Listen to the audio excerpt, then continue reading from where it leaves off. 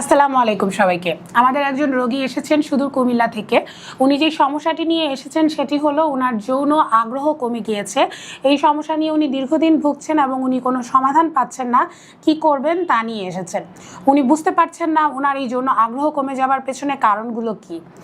ওনার সাথে কথা বলে আমরা যেই কারণটি বুঝলাম তার মধ্যে একটি কারণ আমরা খুঁজে বের করেছি। আজ আমি আপনাদের সাথে এই বিষয়ে কথা বলবো যে যৌন আগ্রহ কেন পুরুষদের কমে যায়, এই ক্ষেত্রে কারণগুলো কি কি। প্রধান যে কারণ সেটি হলো পুরুষের প্রধান সেক্সুয়াল হরমোন টেস্টোস্টেরন এটি যখন কমে যেতে থাকে তখন কিন্তু যৌন আগ্রহ কমে যায় বা যৌন দুর্বলতা দেখা দেয়।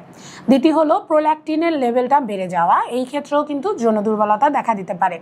তৃতীয়ত যারা দীর্ঘদিন যাবৎ হস্তমৈথুন বা মাস্টারবেশন এই অভ্যাসটি করে ফেলেছেন তাদের ক্ষেত্রে যৌন আগ্রহ কমে যায় বা যৌন দুর্বলতা দেখা দেয়।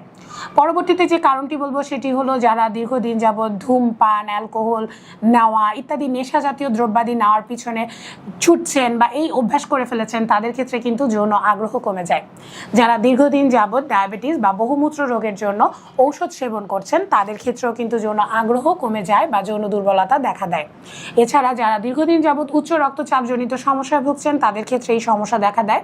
যাদের ক্ষেত্রে ঘুম কম হয়, একটা প্রপার ঘুম যাদের হয় না, আমরা বলে থাকি দৈনিক অন্তত পক্ষে 8 ঘন্টা ঘুম আপনার শরীরের জন্য প্রয়োজন।